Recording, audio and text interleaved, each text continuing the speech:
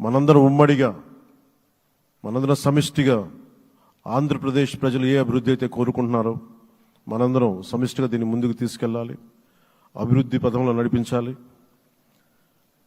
విద్య, వైద్యం, ఉపాధి, సాగునీరు, తాగునీరు, లా అండ్ ఆర్డర్ ఇవన్నీ చెప్పొచ్చాం. మనం బలంగా నిలబడతామని.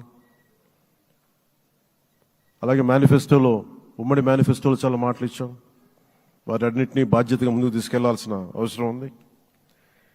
ఇలాంటి ఛాలెంజింగ్ టైమ్స్లో ఒక సుదీర్ఘమైన అనుభవం ఉన్న నాయకులు కావాలి. 4 దశాబ్దాల అనుభవం,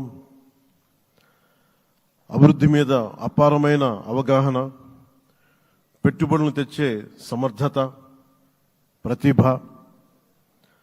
విదేశాల్లో ఉండే నాయకుల్ని, మలేషియా దగ్గర నుంచి, సింగపూర్ దగ్గర నుంచి, యూరోప్ దగ్గర, అమెరికా నుంచి ఆ దేశాల అధ్యక్షుల్ని తెలుగు రాష్ట్రాల వైపు దృష్టి మళ్లించేంత శక్తి, సమర్థత ఉన్న శ్రీ నారా చంద్రబాబు నాయుడు గారికి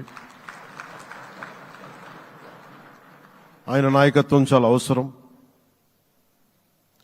ఆయన అనుభవం చాలా అవసరం. అలాంటి అపారమైన అనుభవం ఉన్న వ్యక్తిని, అనుభవం ఒకటే కాదు, ధైర్యశాలి. ఈ రోజుకి నాకు ఒకటే గుర్తుంటుంది.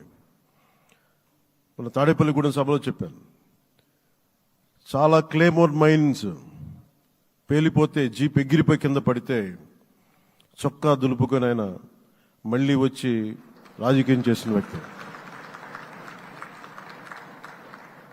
ఈ రోజున సైబరాబాద్ ఉంది అంటే అది శ్రీ చంద్రబాబు నాయుడు గారి దార్శనికత. అలాంటి వ్యక్తి, ఆయన అనుభవం ఈ రోజున 2024 ఆంధ్రప్రదేశ్కి ఎన్డీఏ కూటమి తరపు నుంచి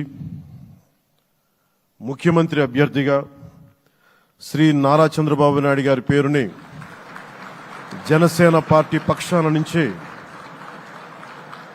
మేము బలపరుస్తున్నాం.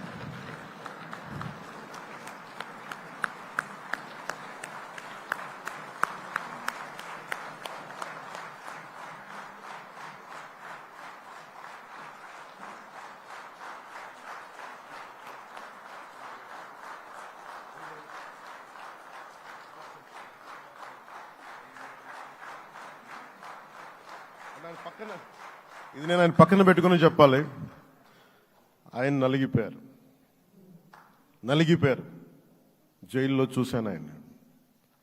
పాపం భువనేశ్వర్ గారి బాధను చూశాను. నేను అనుకున్నాను, అమ్మ మీరు కన్నీళ్ళు పెట్టకండి, మంచి రోజులు వస్తాయని చెప్పిన మంచి రోజులు వచ్చినాయి.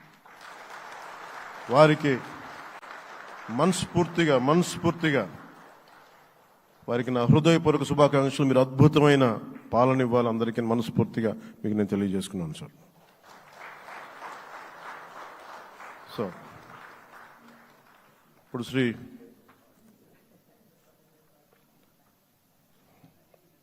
భారతీయ జనతా పార్టీ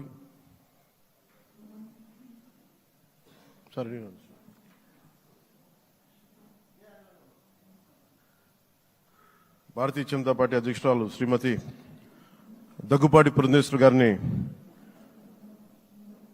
వచ్చి వారి మద్దతు వారి సందేశం ఇవ్వమని కోరుకుంటున్నాను.